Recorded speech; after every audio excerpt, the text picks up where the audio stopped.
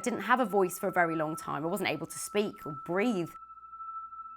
So now my health is in a far better place. I want to be able to make use of that and help others.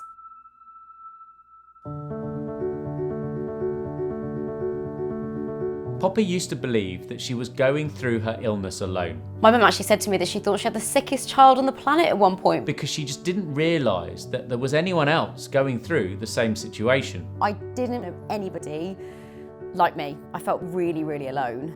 In this episode, we will look at the importance of getting patients communicating with other patients, role models and companions to discuss the ups, the downs, the fears and the hopes. I really wish that I had someone that I could relate to and speak to on a patient level. Because when it comes to their illness, no one knows about it better than the patient themselves.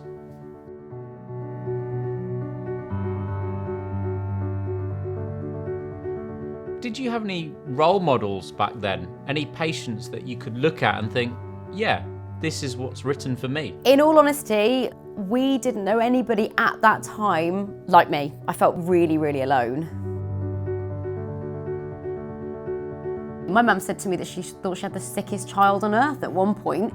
Now, it's definitely more easy to access other patients and speak to other people similar to yourself than when I was first diagnosed. I've met so many people that have suffered so badly with their asthma, people that have been ventilated, people that have had sleepless nights, different variations of the story, but a lot of similarities. We were meeting and talking to other people, other young women, young men, that have had a similar journey to Poppy. I suddenly felt, gosh, why didn't I know about these people beforehand?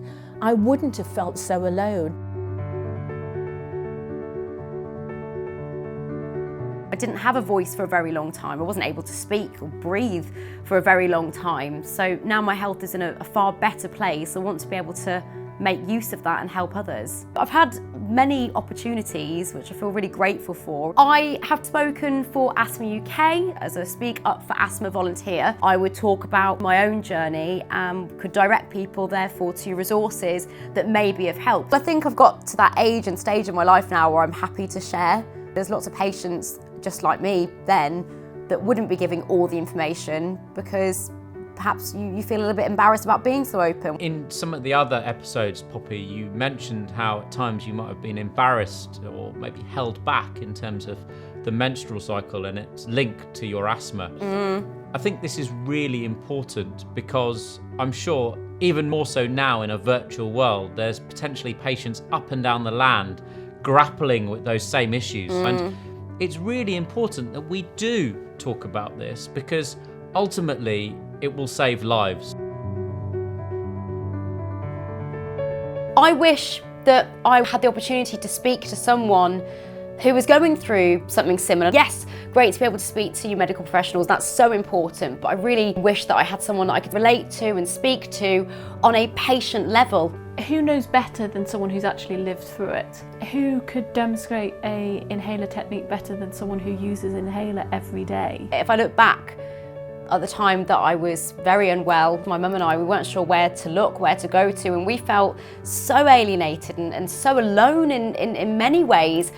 My mum actually said to me that she thought she had the sickest child on the planet at one point because we didn't know at that time anybody else going through anything like I was. Whereas now I've met so many other amazing patients that I've had the opportunity to speak to that have massively educated me and helped me feel less alone. To be able to speak to someone else that can speak to you from a patient level is really, really important, and to have this platform such as We Are Well to go to is, I just think, fantastic. That's it, there's nothing worse than feeling alone and feeling you're the only person going through it.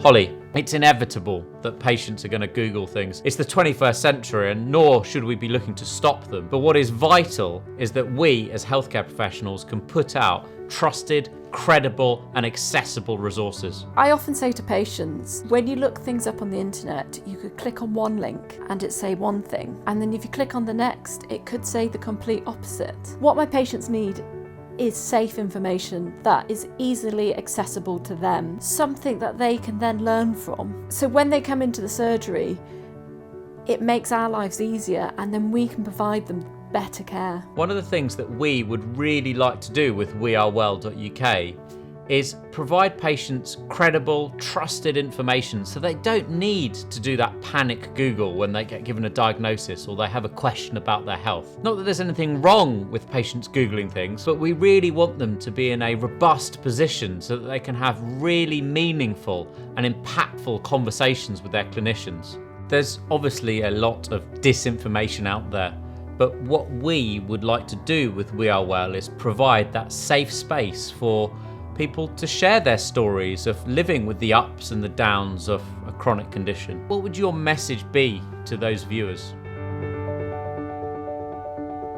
That you're not alone. There is a way out.